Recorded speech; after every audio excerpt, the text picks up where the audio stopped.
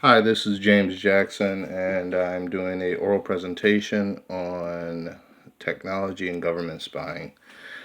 Government and technology spying on us is a very real thing. It's a major cause for concern for each and every one of us. The underlying reasons range from national security to targeting advertisements. And the text provided for this exercise, An Empty Street in Daylight by Ilya Kaminsky, she mentions Facebook. They are glad to hear us talk.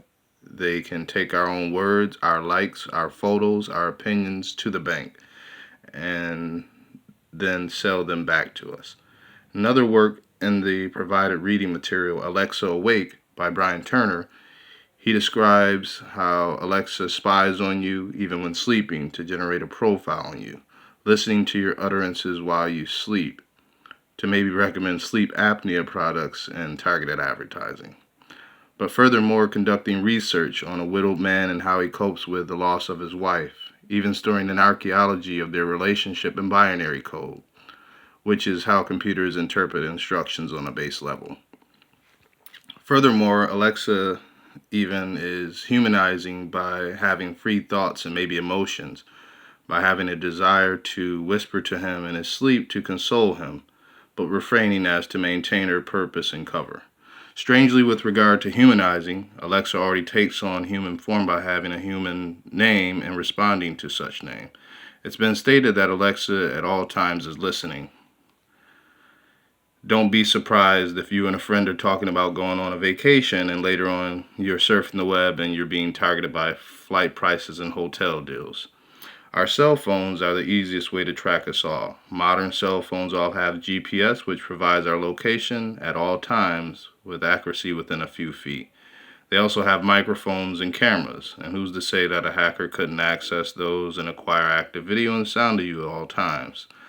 I definitely wouldn't put it past intelligence agencies to possibly already have active monitoring in place for these devices. As far as the government spying on us, they've been recording and listening to our phone calls for decades under the direction of the NSA, or National Security Agency. From a Reddit post titled Want to F with the NSA, here's a list if they're trigger words. The author misused the word if as opposed to of. That's just for search string purposes if you'd like to view the list. Many of the words on the list can be confirmed to be true as evidenced by the Analysis Desktop Binder, which is a published document online by the Department of Homeland Security, which contains a few hundred of these trigger words. The list on Reddit is a very long list of trigger words or keywords, which, when detected, red flags conversations had over the phone, emails, Google searches, or social media posts, and then they are held subject to more scrutiny. For example, words like assassination and pipe bomb, plutonium, terrorist, nuclear, that was, normal words that would seem to be of interest and overseeing possible threats to national security, and that would be under the jurisdiction of the NSA. But strange enough, with the current coronavirus pandemic, a few related terms are part of this list as well. Words such as outbreak, contamination, exposure, virus, influenza, CDC, FDA, pandemic, infection, quarantine, WHO or World Health Organization, vaccine, shelter in place, as well as epidemic. These are all terms we use regularly in reference to the current crisis that we're undergoing, but these are things that they monitor, and it makes you wonder why. And by the way, this list was published 6 years ago. Other such words as MK Ultra, which by the History Channel is stated as a top secret CIA project in which the agency conducted hundreds of clandestine experiments, sometimes on unwitting U.S. citizens, to assess the potential use of LSD and other drugs for mind control, information gathering, and psychological torture.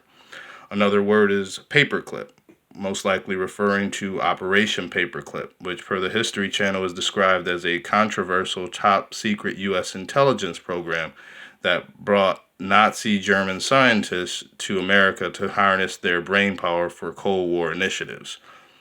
These two trigger words are both related to very controversial actions by the U.S. government. So what this tells me is that the government spies on you when you express interest in finding out about their dirty doings. Unfortunately, throughout history, bad things have happened to people who possess classified knowledge of this sort and are viewed as threats by the intelligence agencies. I suppose they prefer people remain in the dark on their questionable activities, domestic and abroad.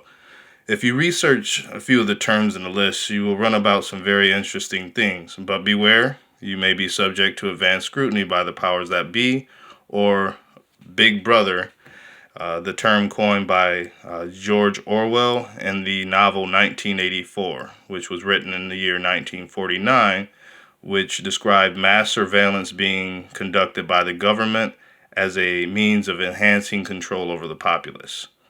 A common refrain made by people regarding government spying is that if you're not doing anything wrong, there's nothing to worry about. But that doesn't make it okay. Benjamin Franklin said those who would give up essential liberty to purchase a little temporary safety deserve neither liberty nor safety.